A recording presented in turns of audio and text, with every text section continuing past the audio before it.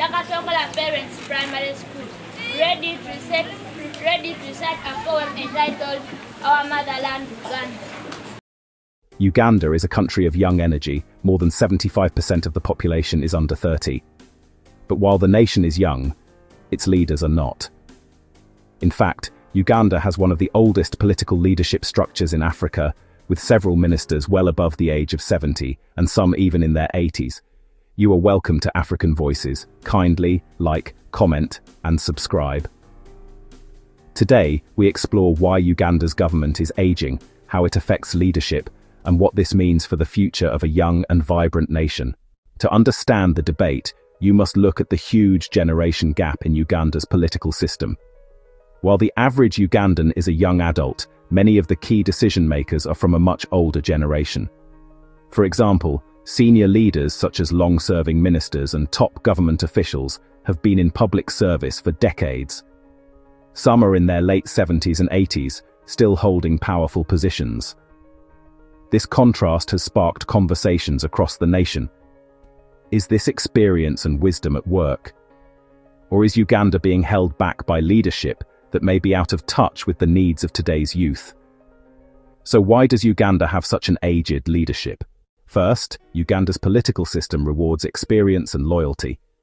Many senior officials have served in government since the 1980s and 1990s. Their long stay in power is tied to stability, connections, and trust built over the years. Second, political reshuffles tend to bring back familiar faces. Even after retiring, some seasoned politicians are reappointed to new positions because of what leaders describe as tested experience. Third, cultural respect for elders plays a role. In many African societies, age is associated with wisdom, authority, and leadership. This influence is visible in Uganda's political appointments. But critics argue that this tradition may be blocking opportunities for young, innovative voices. Uganda's aging leadership has both advantages and disadvantages. On the positive side, older leaders bring decades of experience. They have lived through political instability, economic changes, and regional conflicts. Their resilience and historical knowledge can contribute to informed decision-making. But there are major concerns. Uganda faces youth unemployment, digital transformation challenges, and evolving global markets. These issues often require modern thinking, fresh strategies, and tech-driven solutions.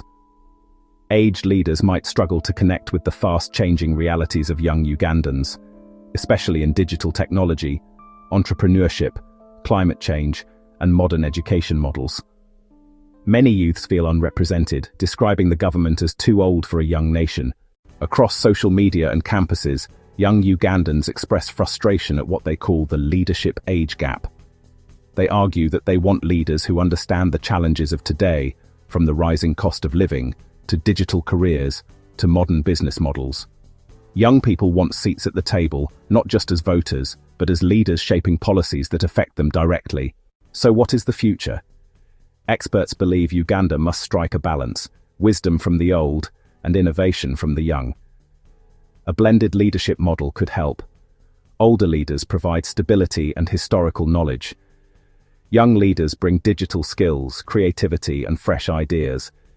Some countries in Africa are already embracing youthful cabinets, showing that modernization and generational balance is possible. If Uganda follows this path, it could unlock the powerful potential of its massive youth population. Uganda stands at a crossroads. Will it continue to be guided by its aging leadership? Or will it open the door to youthful voices ready to shape the future? The answer will define the next chapter of Uganda's story.